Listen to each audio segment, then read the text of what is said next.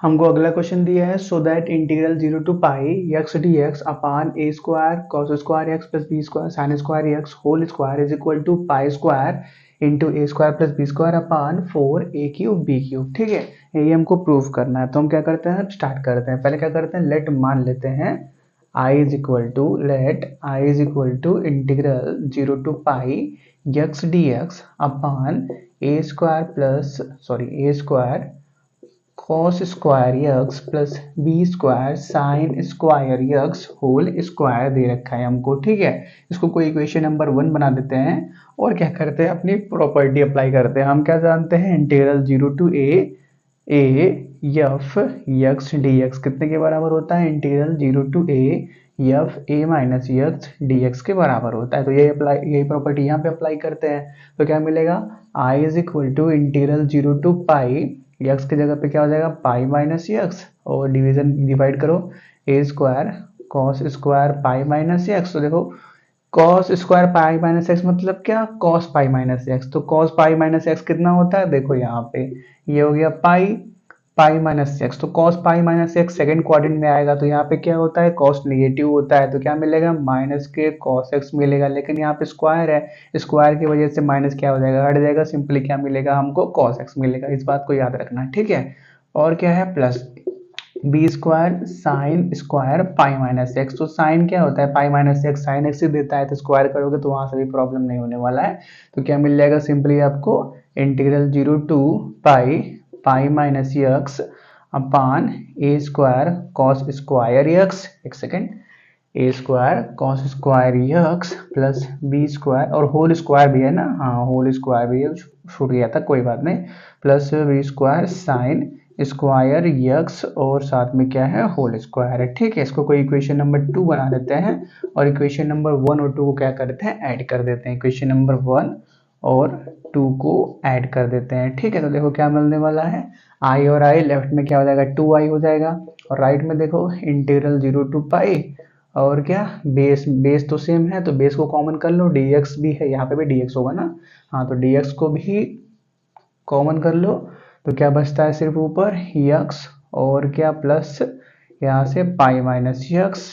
dx और नीचे क्या, वही वाला ब्रैकेट है उसका स्क्वायर, यही वाला ब्रैकेट है उसका स्क्वायर है। ठीक है, चलो अब क्या है, यहाँ से यक्स यक्स कैंसिल, मतलब सिंपली पाई बचने वाला है। पाई कांस्टेंट है तो पाई को बाहर कर लेते हैं। ठीक है, चलो तो क्या मिल जाएगा हमको,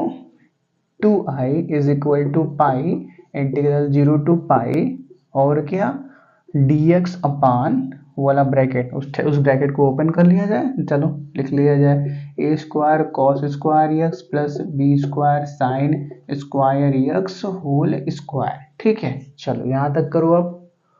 चलो अब क्या करते हैं, एक और प्रॉपर्टी अप्लाई करते हैं। देखो हमको क्या मालूम है कि अगर integral 0 to 2a F X D X दे रखा है तो इसको क्या लिख सकते हैं, 2 times integral 0 to A F X D X. लेकिन ये हमेशा नहीं लिख सकते। हमने आपको पिछले नहीं 2-3 क्वेश्चन पहले क्वेश्चन था उसके अंदर भी आपको दिखाया था कि अगर आपका F 2a minus x F x के बराबर आता है, उसी सिचुएशन में हम इसको इसने के बराबर लिख सकते हैं। ठीक है, तो अब क्या करते हैं, अपने इसी प्रॉपर्टी से यहाँ पे अप्लाई करते हैं। तो यहाँ पे देखो पाई है लेकिन यहाँ पे कुछ 2a दिख रहा है, तो 2a कैसे बनाएंगे, पाई को क्या लिख लो, 2 इंटू पाई बाई 2 लिख लो। कोई फर्क पड़ा, नहीं पड़ा, बस कि हुआ क्या, अब हमको कुछ इस तरह का फॉर्म दिख रहा है तो आराम से हम इसके अंदर कन्वर्ट कर लेंगे। तो क्या मिलेगा हमको, 2i इज इक्वल टू पाई तो है ही, तो क्या हो जाता है, 2 बाहर हो जाता है, तो 2 बाहर हो गया, इंटीग्रल 0 टू ए हो जाता है, ए की जगह पे कितना है, पाई बाई 2 हो जाएगा और फिर क्या, वही सभी बाकी चीजें रहने वाली है, dx अपान वही वाला बड़ा सा ब्रैकेट उसका स्क्वायर। ठीक है, इधर का नोट करो, रफ कर देते हैं और यहाँ से देखो 2 से 2 भी कैंसिल हो गया। ठीक है, इसको नोट करो, हो गया। चलो तो यहाँ पे क्या क्या मिला हमको, A square cos square X plus B square sine square x और आपका क्या है, होल स्क्वायर है। अब करते क्या है, नीचे से कॉस को कॉमन निकालते हैं। देखो यहाँ से क्या बाहर निकलेगा, कॉस स्क्वायर यक्स बाहर निकलेगा, लेकिन स्क्वायर है तो कॉस के पावर 4 हो जाने वाला है। और यहाँ से भी अगर कॉस हमको बाहर निकालना है तो डिवाइड भी करना पड़ेगा। करने का मतलब ऐसे समझो, क्या लिखा हुआ है, ए square cos square X plus B square sine square X का होल स्क्वायर लिखा हुआ है। और अगर कॉस को बाहर निकालना है तो यहाँ से बाहर निकालोगे, स्क्वायर की वजह से क्या बाहर निकलेगा, कॉस स्क्वायर यक्स निकलेगा, कॉस के पावर 4x निकलेगा, स्क्वायर की वजह से कॉस के पावर 4x निकलेगा। यहाँ से कॉमन किए हो तो यहाँ से भी कॉमन करना पड़ेगा, तो यहाँ से कॉमन कैसे करेंगे, हम यहाँ पे क्या करेंगे, यहाँ पे होल स्क्वायर है, यहाँ पे क्या करेंगे, कॉस स्क्वायर एक्स से मल्टीप्लाई करेंगे और डिवाइड भी कर देंगे, कॉस स्क्वायर एक्स से डिवाइड भी कर देंगे। ये ऊपर वाला कॉस हमने बाहर कर लिया, कॉस के पावर 4 के रूप में वो बाहर हो गया। ये नीचे वाला जो कॉस स्क्वायर बच रहा है वो क्या हुआ, sine square upon cos square क्या हो जाएगा, टेन स्क्वायर बन जाएगा। ठीक है, चलो तो हम क्या करते हैं, इधर का पहले नोट कर लिया आपने, इसको नोट करो, हो गया। चलो तो क्या करते हैं, कहाँ तक हम पहुंच गए थे, हाँ वहां तक, टू काट दिया था, आई सिर्फ बचा था। ठीक है, चलो तो क्या मिल जाएगा हमको, I is equal to integral, पाई भी बाहर है ना, हाँ पाई बाहर है, पाई को बाहर ही रखते हैं, इंटीग्रल 0 to π/2 ऊपर dx है और नीचे क्या किया हमने, cos की पावर 4x को कॉमन निकाला, तो पहले ब्रैकेट में क्या बचा, सिंपली a स्क्वायर बचा और प्लस क्या बन गया था, tan स्क्वायर x बन गया था, होल स्क्वायर है, और बी स्क्वायर भी था ना, हाँ कहीं पे बी स्क्वायर भी था, यहाँ पे टेन वाले में पोर्शन में, तो प्लस बी स्क्वायर और क्या टेन स्क्वायर यक्स, इतना हो गया। अब क्या करते हैं, ये कॉस स्क्वायर जो यक्स है इसको ऊपर भेजते हैं। ठीक है, चलो तो क्या हो जाएगा, I is equal to pi integral 0 to π/2 cos के पावर 4 ऊपर जाएगा तो क्या हो जाएगा, सेक के पावर 4 हो जाएगा, सेक के पावर 4x बनने वाला है, तो उसको स्प्लिट करते हैं, सेक स्क्वायर यक्स के अंदर। ठीक है, तो क्या मिलेगा हमको, sec square x into sec square x upon नीचे क्या है, ए square plus B square tan square x और साथ में क्या है, होल स्क्वायर भी है और dx भी है। ठीक है, अब क्या करते हैं, हम सेक की प्रॉपर्टी जानते हैं, सेक स्क्वायर एक्स कितने के बराबर होता है, 1 + tan स्क्वायर एक्स के बराबर होता है। तो यहाँ सिर्फ एक जगह पे, दोनों जगह पे नहीं, सिर्फ एक जगह पे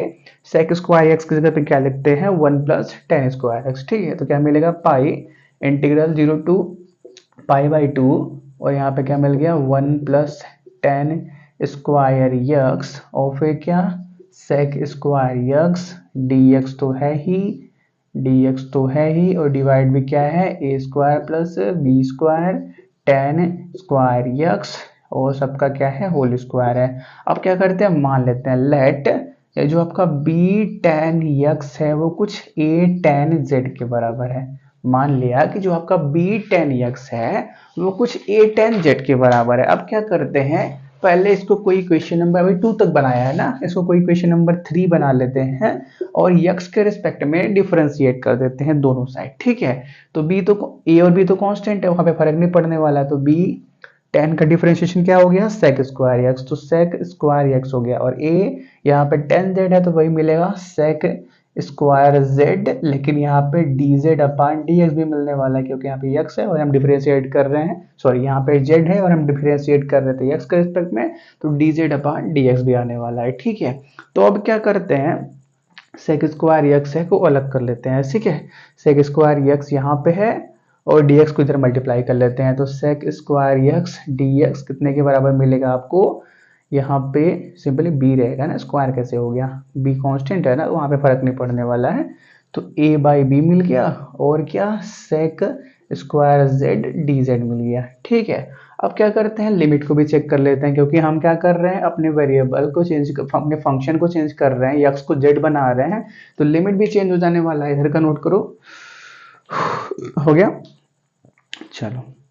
तो अगर यहाँ पे देखो x का वैल्यू 0 हो जाए तो क्या मिलेगा, tan 0, अगर x का वैल्यू 0 है तो z का वैल्यू भी क्या मिलेगा, 0 मिलेगा।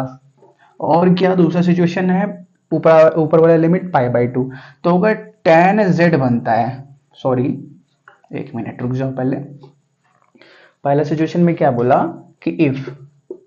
x का वैल्यू क्या हो जाए, 0 हो जाए, अगर x का वैल्यू 0 हो रहा है तो यहाँ से देखो z का वैल्यू भी क्या होने वाला है, 0 होने वाला है, z का वैल्यू भी 0 होने वाला है, और फिर अपर लिमिट क्या है, π/2, अगर x का वैल्यू क्या हो जाए, π/2 हो जाए, तो वहां से भी क्या, z का वैल्यू कितने के बराबर मिलेगा, z का वैल्यू क्या मिलेगा, π/2 के बराबर मिलेगा। अब क्या करो, सभी नए टर्म्स को एक नए इंटीग्रल के अंदर पुट करो, तो स्टार्ट कहाँ से किए थे, i से स्टार्ट किए थे, i is equal to pi integral limit तो चेंज नहीं हुआ, 0 से π/2 ही गया। अब क्या करते हैं, b sec इसको नहीं नहीं नहीं, कहाँ पे लास्ट खत्म किया था, लास्ट यहाँ पे खत्म किया था ना। हाँ तो यहाँ पे देखो 1 प्लस टेन स्क्वायर एक्स है ना, तो 1 को तो वैसे ही रहने दो और टेन स्क्वायर यक्स के बारे में बात करते हैं। तो टेन स्क्वायर यक्स कितने के बराबर होगा, यहाँ पे देखो इस वाले इक्वेशन में देखो, अगर हम क्या करते हैं b को इधर डिवाइड कर देते हैं और स्क्वायर कर देते हैं तो टेन स्क्वायर एक्स का वैल्यू मिल जाएगा, कितना मिलेगा, a square upon b square tan square z मिलेगा। चलो ये हो गया, और साथ में क्या है, सेक स्क्वायर यक्स है, तो सेक स्क्वायर यक्स कितने के बराबर मिलेगा, यहाँ पे देखो सेक स्क्वायर यक्स यहाँ पे है, तो simply a by b sec square z d z upon d x मिल जाएगा, ठीक है। तो और यहाँ पे देखो ना sec square x D x है, तो दोनों का वैल्यू लिख लेते हैं, फालतू का डी एक्स फिर से क्यों रिप्लेस करेंगे, साथ में लिख लेते हैं। इसका वैल्यू नॉर्मली क्या मिल गया, a by b sec square z और क्या डी जेड मिल गया, ठीक है। डी एक्स लिखोगे फिर से डी एक्स को रिप्लेस करोगे कोई मतलब नहीं है, डायरेक्टली कर लेते हैं। और फिर क्या बीस बी है और क्या है सेक, बड़ी कंफ्यूजन है यार, इसको अलग रखो, यहाँ पे आगे, यहाँ पे लास्ट सॉल्व किया था ना, तो यहाँ पे ए स्क्वायर है और फिर क्या माना था, b tan x equal to a tan z माना था, तो यहाँ पे क्या हो जाएगा, a square tan square z whole square सबका हो जाएगा, ठीक है, plus a square tan square z और सबका क्या हो जाने वाला है, होल स्क्वायर हो जाने वाला है। और यहाँ पे देखो ए बाई बी, ये वाला तो कांस्टेंट है तो ये तो बाहर निकल जाएगा, तो यहाँ से क्या मिल गया, ए अपान बी बाहर मिल गया, तो I is equal to a pi upon b बाहर मिल गया। अब क्या करते हैं, थोड़ा सा सिंप्लीफाई करते हैं एलसीएम वगैरह लेके, ठीक है। तो क्या मिलेगा, I is equal to a pi by b बाहर है, इंटीग्रल 0 टू π/2 चल रहा है, अंदर क्या मिलेगा, B square plus a square tan square Z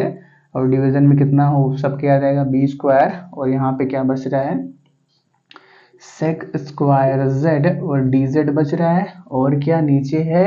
A square और plus a square tan square Z है। तो ए स्क्वायर अगर ए को बाहर निकालेंगे तो यहाँ से स्क्वायर बाहर निकलेगा, ए के पावर 4 के रूप में बाहर निकलेगा, ए के पावर 4 के रूप में बाहर निकलेगा क्योंकि स्क्वायर लगा हुआ है, तो ए के पावर 4 क्या हो गया, बाहर हो गया, और साथ में बी भी था ना, तो एक ए से एक कैंसिल, मतलब नीचे ए क्यूब बचने वाला है, तो नीचे ए क्यूब और बी बच गया। और फिर क्या देखो यहाँ पे डिवीजन वाला पहले लिख लेते हैं, डिवीजन वाला क्या बचा, simply 1 plus ten square Z बचा, ठीक है। अब देखो क्या बी स्क्वायर यहाँ पे है, ये भी बाहर आ सकता है तो इसको भी बाहर कर लो, तो यहाँ पे ए क्यूब बी क्यूब हो गया, ए क्यूब बी क्यूब हो गया, और 1 प्लस टेन स्क्वायर जेड है तो क्या हो जाएगा, सेक स्क्वायर जेड हो जाने वाला है। तो आई इज इक्वल टू नीचे दिख रहा है ना, एक लाइन और आ जाएगा, हाँ एक लाइन और आ जाएगा, चलो लिखते हैं, pi upon a cube b cube integral 0 to π/2 और क्या b square plus a square tan square z और साथ में क्या है sec square z d z है, और फिर क्या डिवाइड किया था 1 प्लस टेन स्क्वायर जेड को सेक स्क्वायर जेड के अंदर कन्वर्ट कर दिया था, ठीक है। तो यहाँ से सेक स्क्वायर जेड और इसका भी होल स्क्वायर था ना, हाँ देखो ऊपर होल स्क्वायर है तो मतलब इसका भी क्या हो जाने वाला है, स्क्वायर होने वाला है, तो एक टर्म से एक टर्म कैंसिल हो जाने वाला है, मतलब सिंपली नीचे सेक जेड बचने वाला है, ठीक है। तो डायरेक्टली सेक जेड ही रख लेते हैं, ठीक है। थोड़ा सा क्या करो, लेफ्ट का नोट करो, ये वाला क्वेश्चन थोड़ा सा लेंदी है और है तो सिंपल ही, कुछ बड़ा कॉन्सेप्ट नहीं है, बस थोड़े से फॉर्मूले यूज करने हैं और थोड़े से इंपॉर्टेंट प्रॉपर्टीज डेफिनेट इंटीग्रल के, ठीक है। इसको नोट करो पहले। तो कहाँ तक पहुंच गया हम,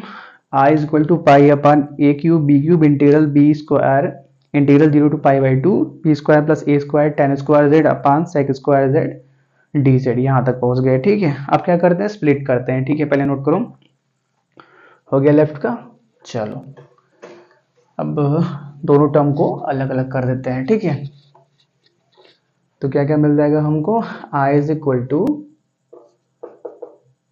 पाई upon a cube b cube integral 0 to π/2 integral 0 to π/2, एक minute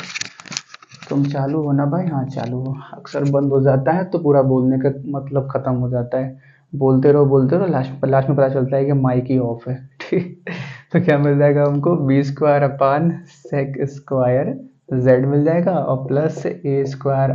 ten square z upon sec square z मिल जाएगा, ठीक है, और डी जेड भी है। तो देखो सेक ऊपर जाएगा तो क्या हो जाएगा, कॉस के अंदर कन्वर्ट हो जाएगा, ठीक है। तो क्या मिल जाएगा हमको, pi upon a cube b cube integral 0 to pi by 2, और क्या मिल जाएगा, कॉस स्क्वायर जेड मिल गया। और यहाँ पे देखो tan है, तो tan को क्या लिख सकते हो, sine z upon cos z लिख सकते हो। स्क्वायर है तो कोई बात नहीं, स्क्वायर कर लो आप, चलो स्क्वायर भी कर लो। और यहाँ पे सेक को क्या लिख सकते हो, 1 अपान कॉस लिख सकते हो, कॉस स्क्वायर जेड। तो कॉस कॉस कैंसिल, मतलब सिंपली क्या बचा, साइन स्क्वायर जेड बचा। तो हम क्या लिखेंगे, प्लस यहाँ पे बी स्क्वायर भी है ना, तो बी स्क्वायर को भी मल्टीप्लाई कर दो,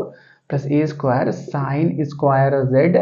और साथ में क्या है, डी जेड है, ठीक है। यहाँ तक हो गया। अब क्या करते हैं,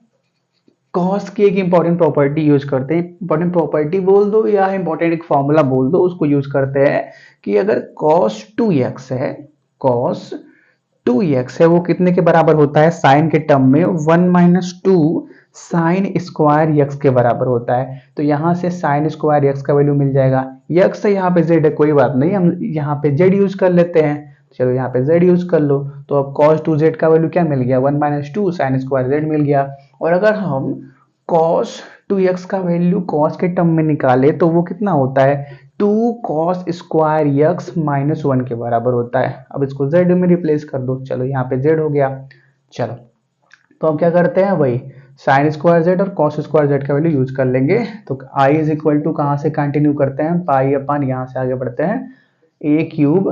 B cube integral 0 to pi by 2, और क्या है, पहले बी स्क्वायर है ना, तो पहले बी स्क्वायर कर दो। अब कॉस स्क्वायर जेड का वैल्यू निकालना है, इसका वैल्यू निकालना है, तो इसको उधर भेज देते हैं। तो क्या मिल जाएगा, कॉस 2z और क्या प्लस 1, और डिवाइड कर देंगे 2 से। चलो ये हो गया पहला ब्रैकेट, और फिर क्या है, प्लस यहाँ पे ए स्क्वायर बाहर है। अब साइन स्क्वायर जेड का वैल्यू निकालना है, तो यहाँ पे साइन स्क्वायर जेड है, तो इसको उधर भेजो, इसको उधर भेजो, तो क्या मिल जाएगा, 1 माइनस कॉस 2z डिवाइड कर देंगे 2 से, ठीक है। तो क्या मिल गया यहाँ पे, 1 माइनस कॉस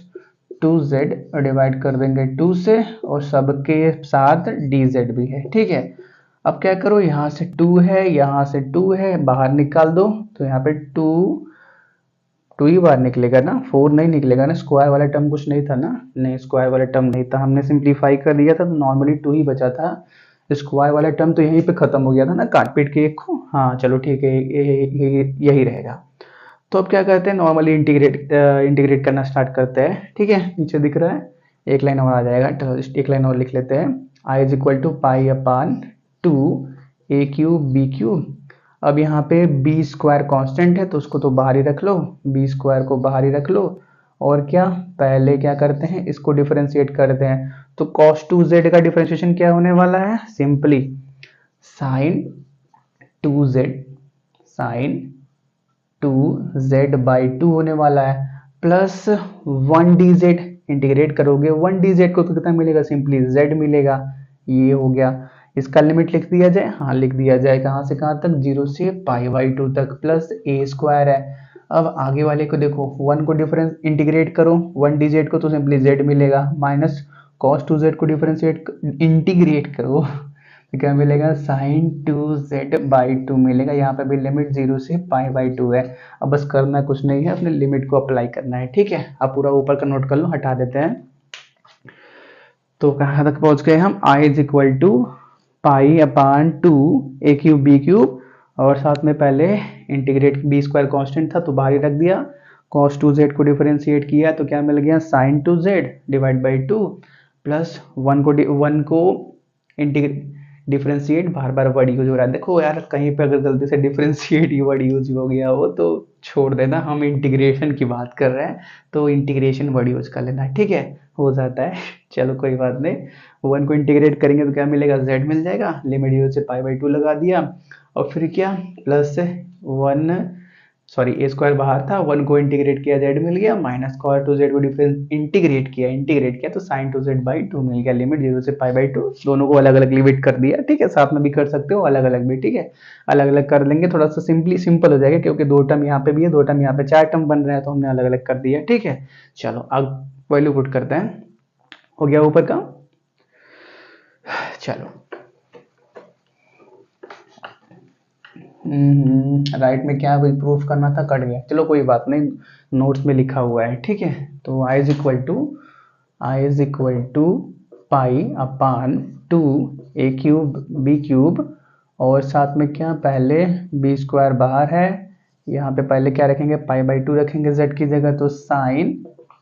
2 z की जगह पाई बाई 2, और क्या एक 2 और भी है ना, पाई बाई 2 और एक 2 और भी है, तो यहाँ से 2 से 2 कैंसिल हो जाने वाला है, तो सिंपली साइन पाई ऊपर बचने वाला है, साइन पाई ऊपर बचने वाला है, प्लस जेड की जगह पाई बाई 2 रख लो, और क्या माइनस करेंगे, पहले क्या रखेंगे, साइन की जगह जेड की जगह 0 रखेंगे, तो साइन 0 बनने वाला है, साइन 0 0 हो गया, जेड का वैल्यू 0, यहाँ पे भी 0 हो गया, तो यहाँ दूसरा वाले ब्रैकेट में 0 आ गया, प्लस आगे वाले ब्रैकेट की बात करते हैं, तो ए स्क्वायर बाहर है, और क्या पहले z की जगह पाई बाई 2 रखोगे, तो यहाँ पे पाई बाई 2 मिलेगा, और फिर क्या माइनस साइन 2 z की जगह पाई बाई 2, 2 से 2 कैंसिल, एक डिवीजन में 2 अलग से भी है, तो ऊपर तो साइन पाई बना और नीचे तो 2 ही बना, ठीक है। और फिर क्या, ये वाला ब्रैकेट कंप्लीट हो गया, माइनस 0 रखते हैं, तो यहाँ पे 0 साइन 0, मतलब आगे वाले में भी 0 आने वाला है, तो यहाँ पे छोड़ो, तो 2 2 यहाँ पे भी है, 2 2 यहाँ पे भी है, 4 बाहर, सॉरी यहाँ से 2 बाहर निकलेगा, यहाँ से भी 2 बाहर निकलेगा, मतलब पूरे से 2 बाहर निकल जाएगा, 4 कहाँ से निकलेगा, 2 ही ना निकलेगा, तो 2 यहाँ पे 2 पहले से है तो 4 हो जाएगा, a क्यूब b क्यूब हो गया, और b स्क्वायर ऊपर है, और साइन पाई को क्या लिख सकते हो, साइन पाई है, तो फॉर्मूला पता है तो अच्छी बात है, अगर हम भूल गए हैं तो हम क्या करेंगे, साइन पाई को साइन 90 प्लस 90 लिखेंगे, तो साइन 90 प्लस 90 मतलब क्या, कॉस 90 हो गया, अब कॉस 90 कितना होता है, 0 होता है, तो साइन पाई कितना होगा, 0 होगा, तो ये तो खत्म, सिंपली क्या बचा हमारे पास, पाई बचा, क्योंकि 2 नीचे से कॉमन कर लिया, हर जगह से 2 हट चुका है, इस बात को तो याद रखना, और फिर क्या, ये 0 हो गया, छोड़ दो, प्लस ए स्क्वायर, 2 हर जगह से निकल चुका है, पाई बचा हुआ है, माइनस साइन पाई का वैल्यू भी 0 के बराबर होता है, तो 0 भी हो गया। अब देखो यहाँ पे क्या बच रहा है, जो भी बच रहा है सिंपली उसी को लिखते हैं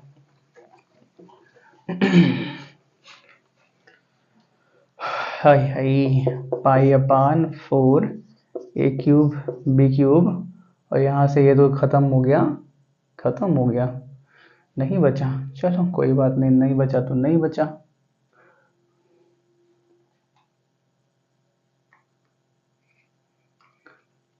नहीं बचेगा यार, यहाँ पे देखो ना, ये बी स्क्वायर सबके बाहर था ना,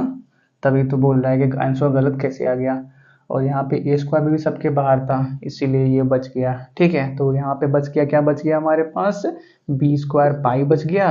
और प्लस ए स्क्वायर पाई यहाँ से बच गया, तो पाई को कॉमन कर लेते हैं, तो पाई यहाँ पे स्क्वायर हो जाने वाला है, plus a square plus B square हो गया, शायद हमको यही प्रूफ भी करना था कि I is equal to a square plus B square into में pi square upon 4 a cube b cube के बराबर है, चेक किया जाए, I is equal to pi square upon 4 a cube b cube into a square plus B square, हाँ यही proof करना था, तो आई इज इक्वल टू हमने इंटीग्रेशन वही मान रखा था, तो अब आई की जगह जो हमने स्टार्टिंग में मान रखा था वो रख लेना, तो हम लास्ट में क्या बोलेंगे, आई इज इक्वल टू इतना आ गया, प्रूव्ड, ठीक है, नोट करो।